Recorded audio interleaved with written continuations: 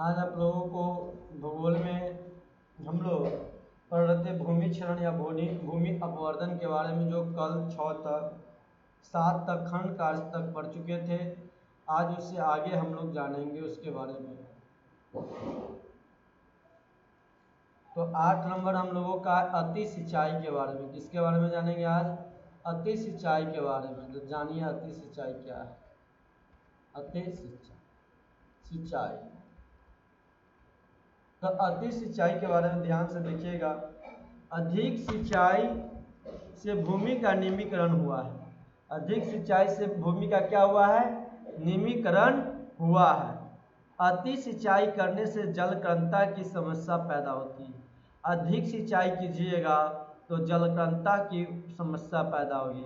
इससे मृदा लवणीयता और क्षारीय गुण बढ़ जाता है। इससे मिट्टी में क्या होता है? लवणीय और क्षारीय गुण बढ़ जाएंगे और भूमि के निम्नीकरण के लिए उत्तरदायी होते हैं। पंजाब, हरियाणा, पश्चिमी उत्तर प्रदेश में अधिक सिंचाई का भूमि का निम्नीकरण हुआ है।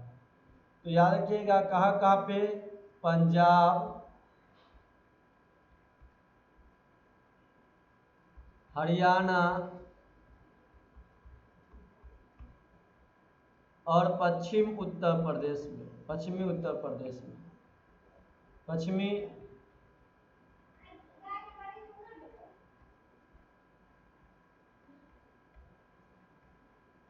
प्रदेश में अधिक सिंचाई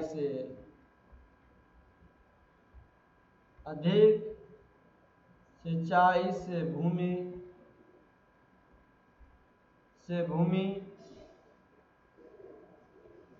का निम्नीकरण हुआ है।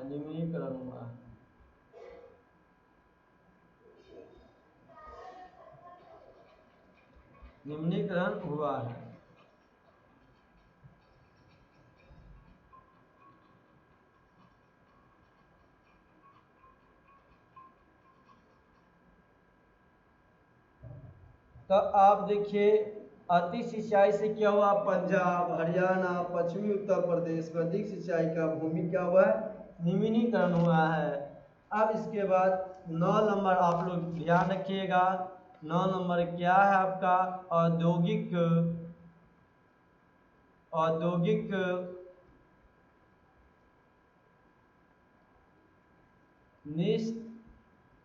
निस्त्राव और कूड़ा कचरा। ये 9 नंबर आपका था। इसके बारे में हम लोग अभी जानेंगे। तो औद्योगिक नगर एवं उपनगरीय क्षेत्रों में खनिज उद्योग द्वारा अधिक भूक्षरण होता है।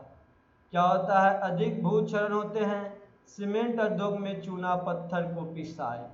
सीमेंट के जो फैक्ट्री होते उद्योग होते हैं वहाँ पर चूना का पिसाई होता है।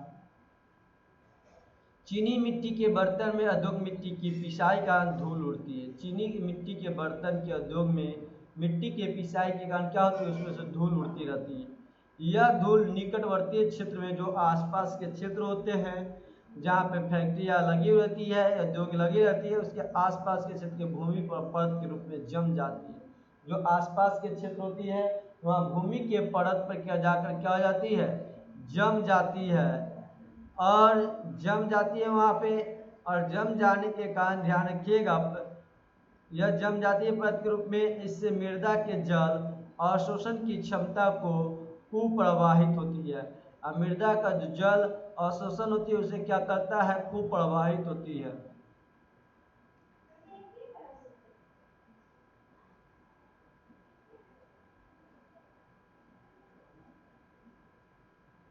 उद्योगों से निकलने वाले अवशिष्ट पदार्थ की भूमि जल दोनों को प्रदूषित करते हैं। इससे भूक्षरण का विस्तार होता है। इससे क्या हो जाता है? भूक्षरण का विस्तार हो जाता है। अब समझिएगा क्योंकि भूमि की कटाव से के परिणाम स्वरूप बड़ी हानि होती है। जब भूमि को कटाव की जाती है तो बड़ी हानि होती है। भूपटल को बारीकी मिट्टी की परत ही बह जाती है। अब भूपटल से बारीकी परत ही बह जाती है। जब बड़े बड़े मोटे कण वाले परत शेष रह जाती है तो वर्षा का जल इस कड़ी मिट्टी के परत को ऊपर से बह जाता है, मिट्टी द्वारा सूखा नहीं जाता है। ऐसे क्षेत्र में भूमिगत जल स्तर बहुत नीचे पाए जाते हैं। इन क्षेत्रों में पेय एवं सिंचाई के लिए जल की कमी होती है। इन क्षेत्रों में इस समय भारत में लगभग 13 करोड़ हेक्टेयर भूमि क्षरण हो चुके हैं। 13 करोड़ हेक्टेयर भूमि क्षरण हो चुका है, भूमि क्षरण हो चुका है।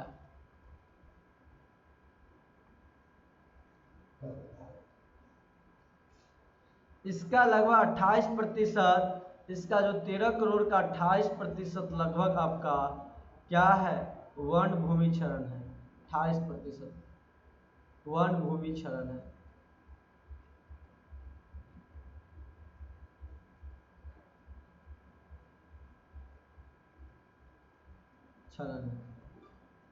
और 57% भाग आपका जल से,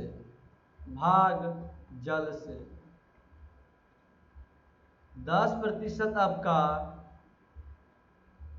भाग पवनों से, और जो शेष बच गया आपका उसमें से शेष भाग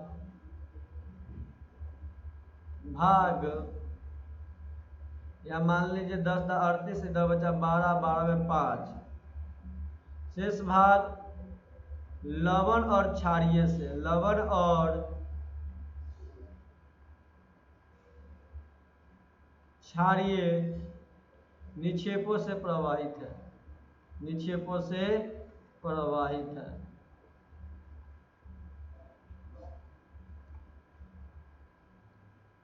अब चलिए इसके बाद आप लोग देखिएगा, अब आपका भूमि संरक्षण के उपाय पर बात करते हैं हम लोग। भूमि संरक्षणों के उपाय,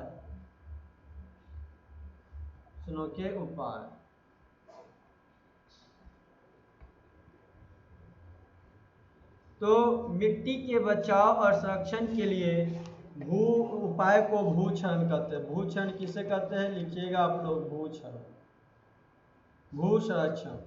भू संरक्षण।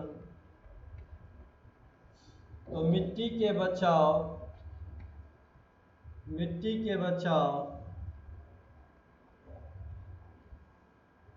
और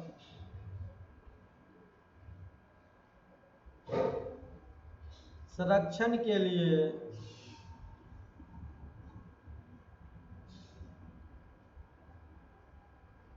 किए गए उपाय को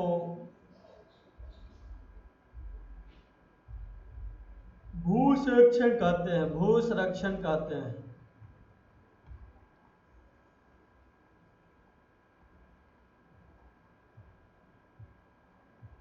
भूक्षरण को नियंत्रित करने का कई उपाय है। भूक्षरण करने का नियंत्रित करने का कई उपाय है।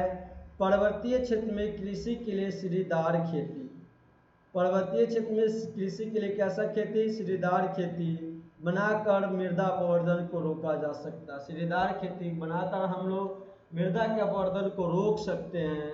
इससे वर्षा जल रुक रुक कर बहेगा। जब वर्षा जल होंगे तो रुक रुक कर बहेगा। ढाल वाले भूमि पर समोच्च रेखाओं का समांतर हल चलाने से ढाल के साथ साथ जल के बहाव की गति घट जाती है। ढालू भूमि या खेत पर लंबवत या समान ऊंचाई पर हल चलाने से जुताई की समोच्च रेखा जोताई कहते हैं। तो आप लोग लिख सकते हैं समोच्च रेखा जोताई, समुच्चय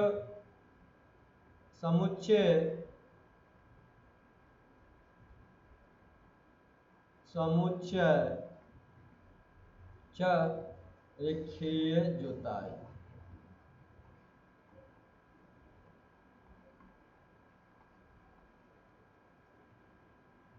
ढालू भूमि या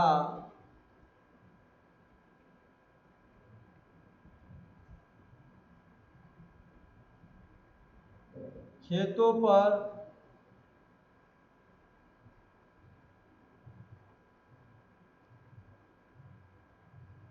ढाल के लंबवत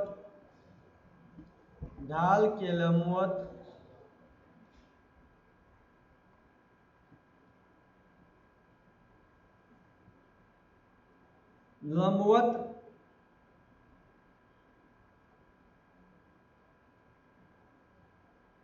या समान ऊंचाई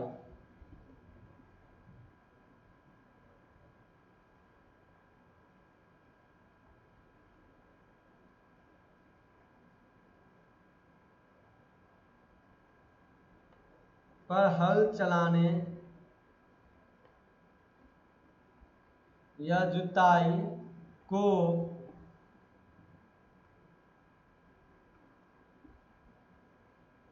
समोच्च रेखाएं एक ही जुताई कहते हैं।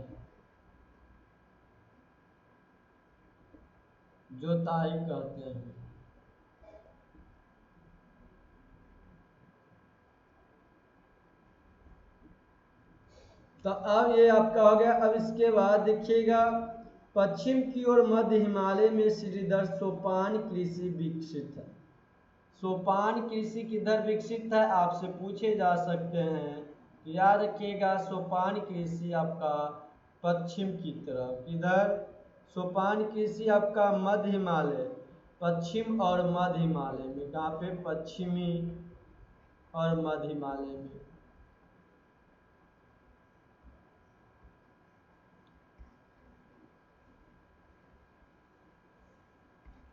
हिमालय में समोच्च रेखा जो क्या है, सब पश्चिमी और मध्य हिमालय में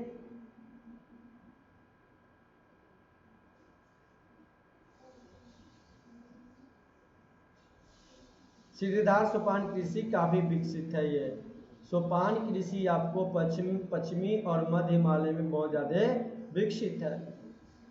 पवन अपवर्तन वाले क्षेत्र में बड़े खेत को पट्टियों को बांटकर तथा फसलों के बीच घास के पट्टी उगाकर पवन द्वारा जनित बल को कमजोर किया जाता है। इस तरीके को पट्टी कृषि कहा जाता है। यह कृषि वह विधि है जिसमें मृदा को नमी बनाए रखने के लिए तथा मृदा को संरक्षित करने के लिए समुच्च जुताई की जाती है तथा एक पट्टी को छोड़कर दूसरे पट्टी में फसल उगाई जाती है। फसल चक्रण के द्वारा मृदा पोषक स्तर को बनाए रख सकता है। भूमि के किसी भी टुकड़े पर उर्वरता बनाए रखने के लिए, बढ़ाने के लिए विभिन्न फसलों को क्रमबद्ध आवर्तन फसलों को हेरफेर या फसल चक्रण कहते हैं। हेरफेर कर या फसल चक्रण के द्वारा हम लोग खेती करेंगे तो पैदावार की उम्मीद बढ़ेगी। पैदावार की जैसे अनाज जो भी पैदावार होगी, क्या होगी? फसल की संख्या जो पैदावार होगी अनाज के रूप में वह ज़्यादा होंगे पहले से। अब देखिए, कपास, गेहूं, मक्का, आलू आदि लगातार उगाने से मृदा ह्रास उत्पन्न होगा। यानी लगातार कपास उगाए, गेहूं उगाए, मक्का उगाए तो खेती की में ह्रास आएगी। क्या आएगी? ह्रास आएगी।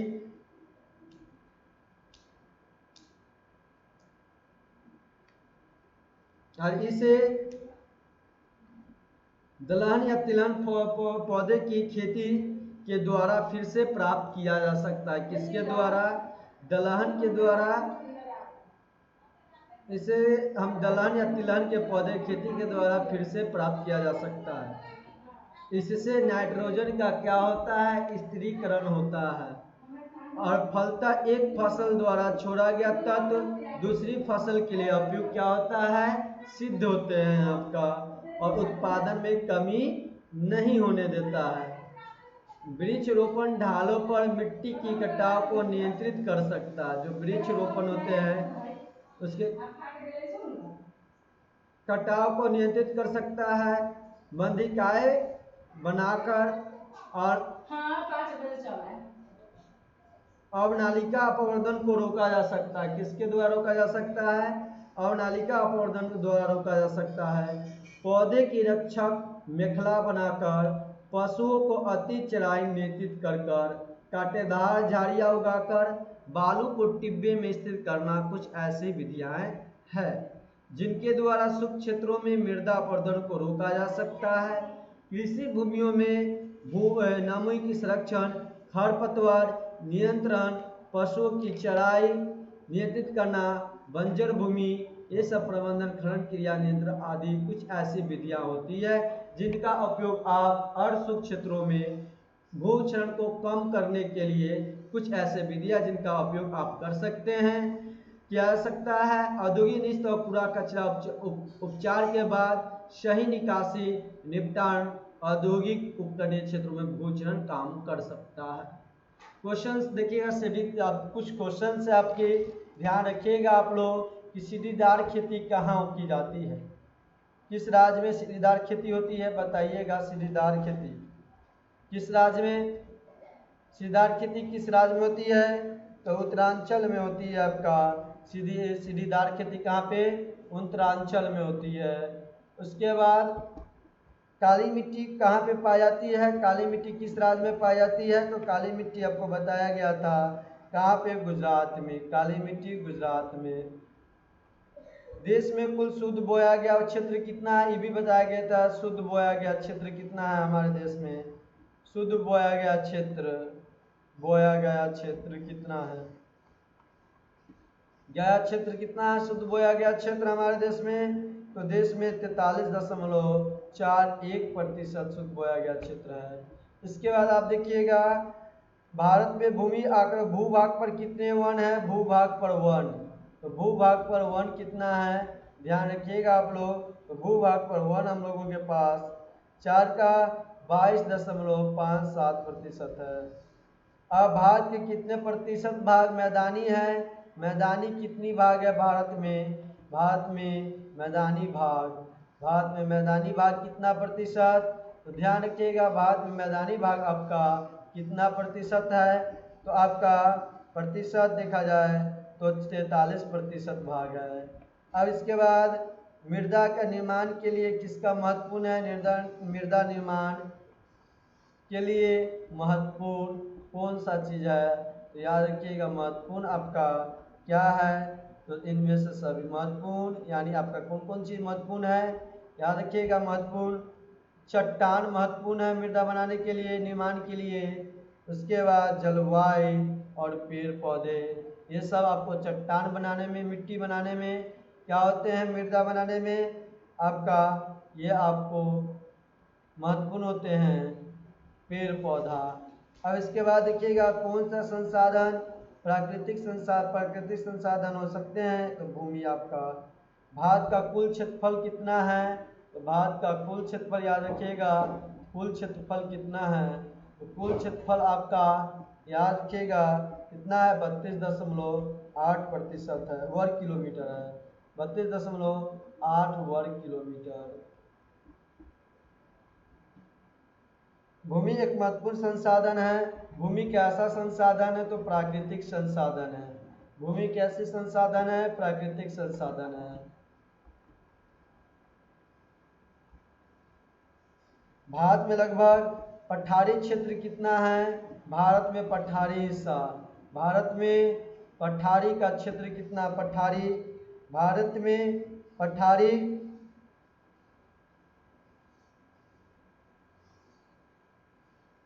क्षेत्र कितना है, तो याद रखिएगा पठारी क्षेत्र आपका लगभग 27% है, कितना है, 27% है। तो इस तरह से आप लोगों का ये चैप्टर समाप्त हुआ।